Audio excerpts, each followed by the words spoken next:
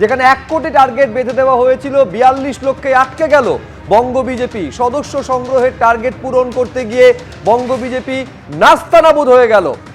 শ্রমিক ভট্টাচার্য অবশ্য বলছে এটিতে ভাবার কিছু নেই, সবটাই সাংগঠনিক বিষয়। দেখুন, দলের একাংশ কে কি বলছে আমার জানা নেই। আমাদের লক্ষ্য 1 কোটি এবং এটা একটা চলমান প্রক্রিয়া। 1 কোটি সদস্য পশ্চিমবঙ্গে হবে।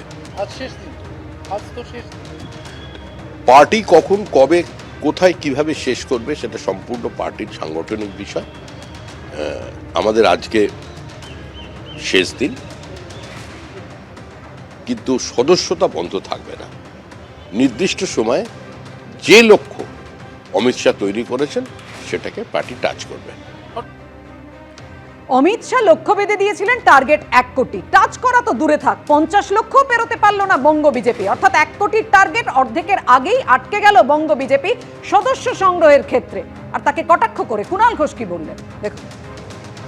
সদস্য সংগ্রহ অভিযানে ডাহা ফেল রাজ্য বিজেপি। বড় বড় কথা, এত চাই, এই চাই, ওই চাই, রাজনৈতিক পরিযায়ী কয়েকজন এসে বড় বড় কথা বলে যান। তারপরে বিয়ে বাড়িতে ঢুকে, শ্রাদ্ধ বাড়িতে ঢুকে, অন্নপ্রাশনের বাড়িতে ঢুকে, পৈতের বাড়িতে ঢুকে মিসড কল দিয়ে নাকি তাদের সদস্য সংগ্রহ হচ্ছে। এইভাবে কোনো দল হয় না, কি একটা সার্কাস পার্টিতে পরিণত হয়েছে।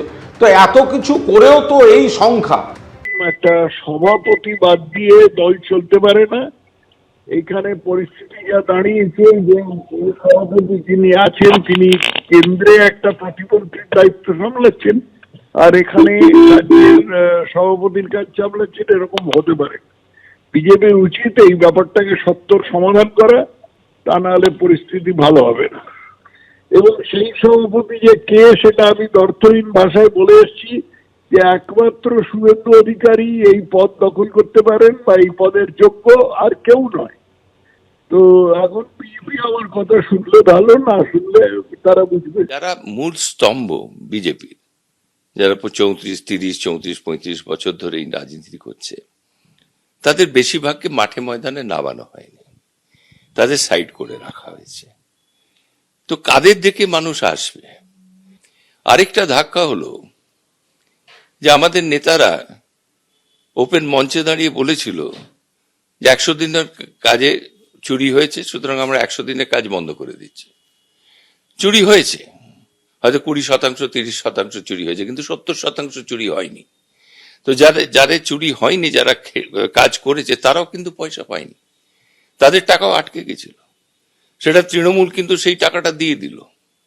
তো মানুষের মনটা তারা জয় করে নিল যে বিজেপি টাকাটা আটকেছে, তৃণমূল টাকাটা দিয়েছে, তাই কিছুটা মানুষ সেখান থেকে সরে গেছে।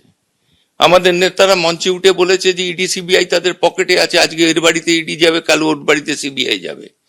যখন ইডি সিবিআই যখন এখন মানে কাউকে ধরছে না, কাউকে ছেড়ে দিচ্ছে, তো মানুষের মনে দ্বন্দ্ব হয়ে যাচ্ছে যে তোমরা অরবিন্দ কেজরিওয়ালকে ধরতে পারো, তোমরা সোরেনকে ধরতে পারো, কিন্তু তোমরা এখানকার মাথাতে ধরতে পারো না। তো সেই জন্য মানুষের মধ্যে বিভ্রান্তি সৃষ্টি হয়ে যাচ্ছে।